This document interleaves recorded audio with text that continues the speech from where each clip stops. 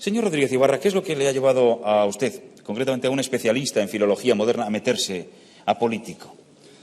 Bueno, yo creo que en política uno no se mete, sino que casi le meten las circunstancias.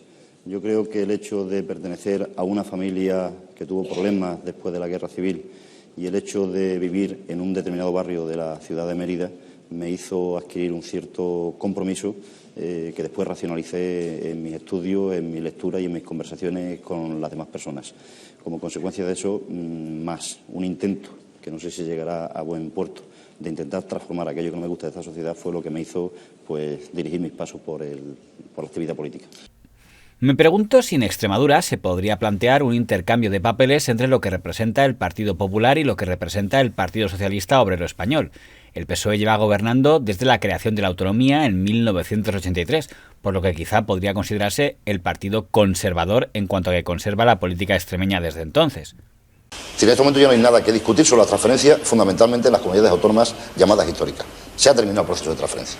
La discusión grande era si me transfieren, si no me transfieren. Eso ha terminado. Ya está transferido lo fundamental.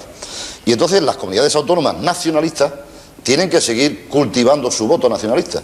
Y como ya no son capaces de enfrentarse con el Estado por competencias, tienen que enfrentarse por cuestiones ideológicas y por cuestiones de esencia, que es la esencia de Cataluña, que es la esencia de Euskadi. Don Juan Carlos Rodríguez Ibarra siempre ha sido un político bastante poco amigo de los partidos nacionalistas e independentistas, hasta el punto de que llegó a decir que se iría del PSOE si don Pedro Sánchez gobernaba con el apoyo de los partidos independentistas. Poco antes de entrar al plenario, a Juan Carlos Rodríguez Ibarra le ha bastado una frase para dejar clara su postura. Solo digo que estamos condenados. Su sucesor, don Guillermo Fernández Vara, no pareció criticarle por esa afirmación, sino más bien al contrario. Un tal Juan Carlos Rodríguez Ibarra, le conocemos, ¿no? Claro. Un poquito. Mi padre espiritual. Ha dicho que se iría del partido si se pacta con los independentistas. ¿Qué haría Guillermo Fernández Vara? Pues probablemente ir detrás suya.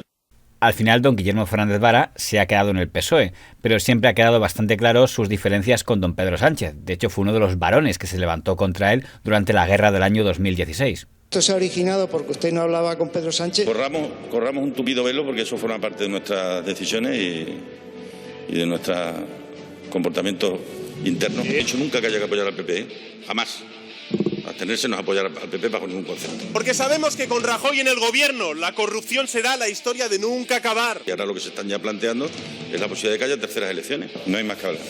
Que haya el colmo ha sido lo de hoy, de decir que él quiere un PSOE de izquierda y los demás que lo queremos. Pero ¿qué es esto de atribuirse ahora el que unos son de izquierda y los demás no? Es que hemos confundido la ideología con los tacticismos. Entonces, parece como si en el PSOE hubiera diferencias ideológicas. No es verdad, no las hay. Lo que hay son diferencias de criterios respecto a lo que tiene que ser en estos momentos buscar una salida a la difícil situación que tiene el país. Si hay un problema de liderazgo, ¿cómo se soluciona si no es a través de un congreso? Pero sí, en un congreso, pero no en campaña electoral. O sea, no se puede hace un año o hace 10 meses decir que no podíamos hacer, cuando algunos estábamos pidiendo un congreso, no podía haber congreso. Hicimos un esfuerzo por entender el criterio de la Ejecutiva, que no se pueden hacer congresos mientras no esté asegurada la gobernabilidad de España. Primero y lo más importante es clarificar la situación política, la situación institucional, la formación de gobierno en nuestro país. No podemos fijar la fecha de un congreso sin tener claro cuál va a ser el calendario político del país. Se hará ese congreso una vez se haya resuelto el gobierno de España. Y 10 meses después cambiamos el criterio, te dice, no, es que esas cosas no se pueden decir. ¿Y qué hacemos? Entonces, me callo. Creo que le estamos haciendo un extraño favor al partido si no lo decimos. Y ya digo, y lo dice una persona que le he sido fiel y leal a Pedro desde el minuto 1, no habiéndolo votado. Después de que don Pedro Sánchez recuperara el control en la dirección nacional del PSOE de Ferraz, don Guillermo Fernández Vara se sometió a primarias, se enfrentó a un candidato sanchista y, al contrario de lo que pasó en Asturias o en Cantabria, él sí consiguió mantener el liderazgo, aunque por poco. Guillermo Fernández Vara gana las primarias del PSOE en la región y seguirá liderando a los socialistas extremeños. Tengo más ganas que nunca de luchar. Lo he dicho durante la campaña y lo digo ahora. No pedí el voto de los compañeros por nada de lo que hice. Pedí el voto por todo lo que nos queda por hacer. Y en eso que nos queda por hacer, querida Eva, querido Quique, queridos compañeros, queridas compañeras, no sobra nadie. Y vamos a seguir defendiendo su cumplimiento en Extremadura, en este caso ayudando y pidiéndole a Guillermo que lo cumpla y que lo desarrolle en nuestra región. Al margen de las internas del PSOE, la relación del PSOE con los partidos situados a su izquierda en Extremadura nunca fue fácil. El señor Rodríguez Ibarra nunca tuvo una especial buena relación con Izquierda Unida. No se atreve a dar la cara diciendo nosotros somos comunistas y queremos un proyecto comunista para la sociedad española. En la legislatura 1995-1999, la primera en la que el PSOE gobernó sin mayoría absoluta, Izquierda Unida llegó a un acuerdo con el Partido Popular para ocupar la presidencia del Parlamento extremeño. Fue doña Teresa Rejas, pero aquella decisión resquebrajó a Izquierda Unida en Extremadura. Hubo un sector que no entendió ese acuerdo con el Partido Popular, rompió con el partido y acabó alineándose con el PSOE. Eso solo sirvió para que otro sector de Izquierda Unida sintiera aún más animadversión hacia lo que representaba el PSOE en Extremadura. Y esto se iba a notar en la siguiente ocasión en la que el PSOE perdió la mayoría absoluta en Extremadura, que fue en el año 2011. De hecho, en 2011, el Partido Popular fue el partido más votado. Hay quien dice, yo lo he escuchado, que Extremadura quiere un gobierno de izquierda. No, quiere un gobierno del Partido Popular, que es quien ha ganado las elecciones. Vamos a intentar formar gobierno, que es lo que nos han encargado los ciudadanos. La única matemática que se ve no es porque sea la que yo pida o la que quiera, sino porque es la única posible, es que gobierne PSOE Izquierda Unida, ¿no? Los analistas erraron pensando que dado que PSOE e Izquierda Unida sumaban mayoría absoluta, gobernarían juntos. Hubo sorpresa e Izquierda Unida entonces decidió abstenerse y permitir el gobierno del señor Monago en minoría. El Partido Popular llega al gobierno porque así lo ha querido Izquierda Unida. ¿Es la lista más votada? Sí. Sin duda alguna que es la lista más votada. Llega al gobierno porque así lo han querido el Consejo Político de Izquierda Unida, donde se ha decidido que el PP sea, o José Antonio Monago sea presidente de la Junta, no fue solamente en las elecciones del día 22 de mayo, ha sido en el Consejo Político de Izquierda Unida. No puede hacer oposición si son los que han permitido el gobierno. No es fácil de explicar en la calle, después del voto de cambio, después de la ola que ha habido en toda España. Dar 4 años más al señor Vara no era fácil de explicar, pero también es muy difícil de explicar. Yo personalmente he dicho que me parece un campo lleno de minas, una legislatura de 4 años, el permitir que con nuestra abstención gobierne el señor Vara. Eso es exactamente lo que yo digo, perdón, el señor Monago. Y tendremos ocasión de recordarle repetidamente al señor Monago el compromiso público que adquirió hace un par de días cuando iba dando respuesta individual a cada uno de esos 12 mandamientos. Se han acabado las mayorías absolutas. De nuevo, aquella decisión también ocasionó una guerra interna brutal en Izquierda Unida. Que estoy contento, naturalmente, por la participación, por la forma en la que se han desarrollado los trabajos, pero se me nota en la cara que no estoy feliz, ¿no?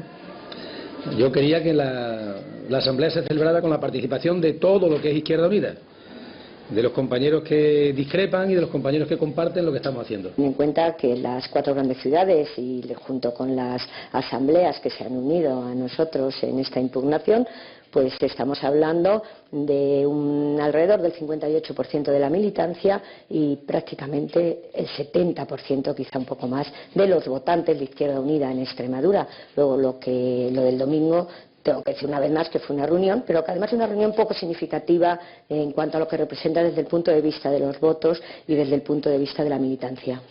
No quiero imaginar un escenario en el que nos descalifican, nos desautorizan, que estamos fuera de la política general de Izquierda Unida, etcétera, etcétera.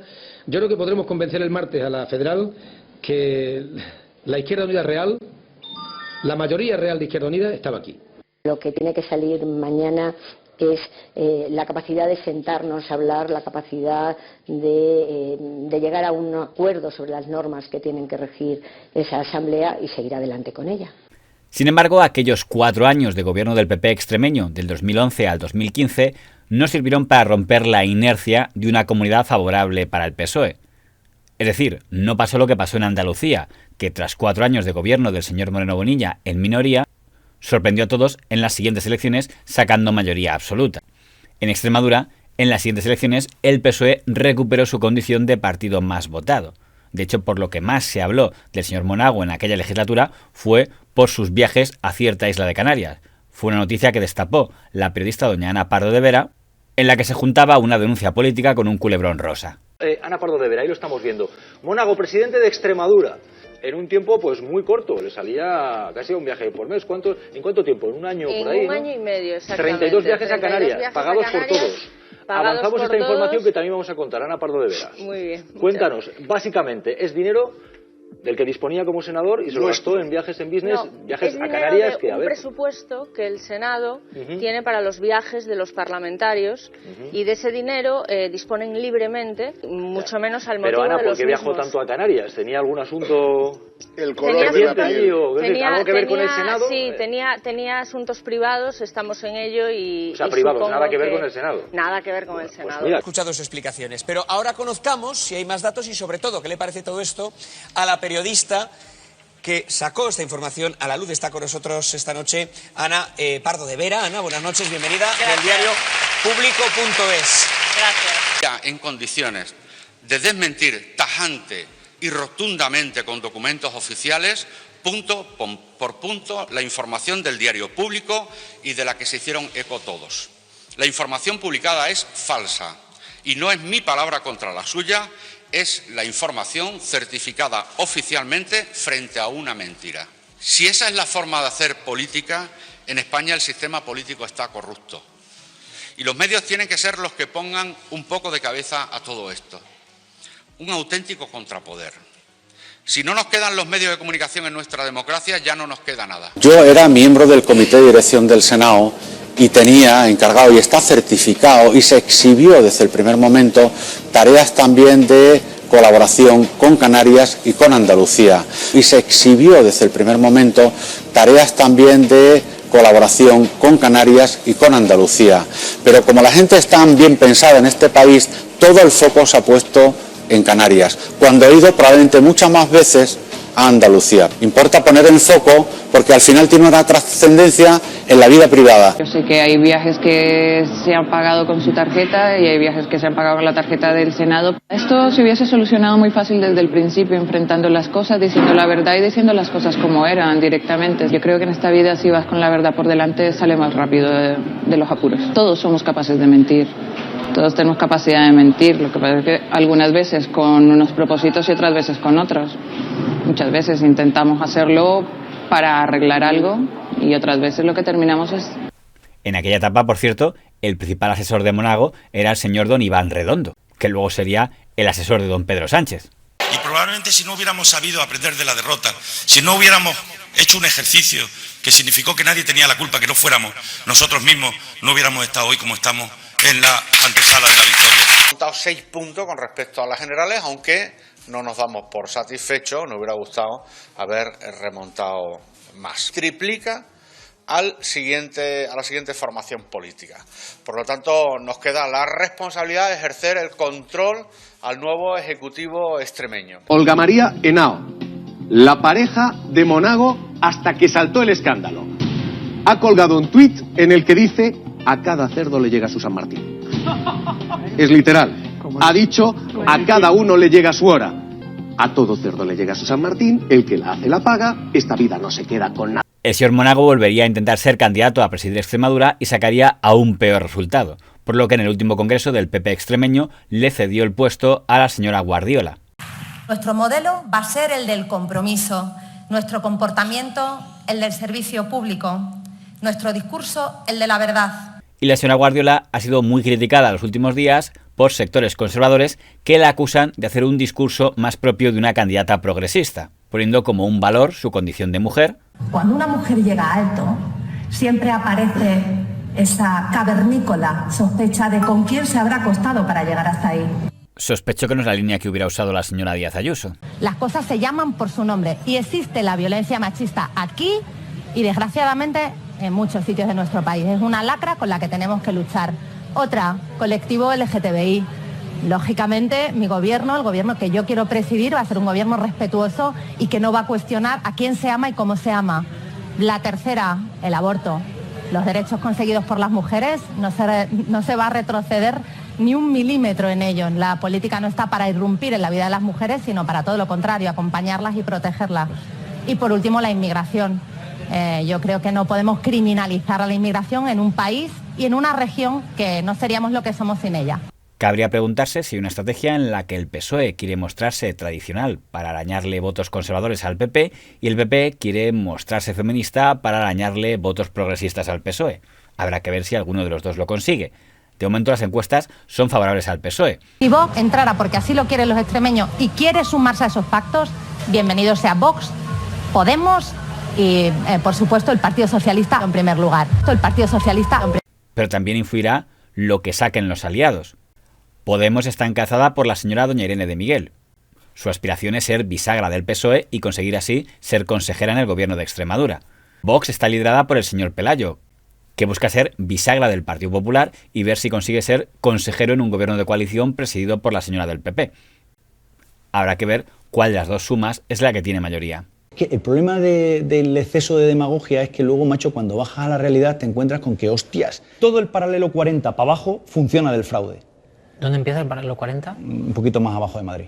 Todo funciona por economía paralela. Es muy fácil tener un pesebre de votos de 11 millones de habitantes en Andalucía, 2 en Extremadura y 6 y pico en Castilla-La Mancha.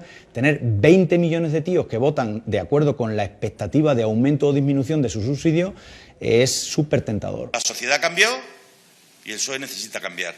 Yo me comprometo con vosotros, queridos compañeros y compañeras, a hacer posible ese cambio para mejorar, para ser capaces de que a través de la participación hagamos un partido mucho más fuerte.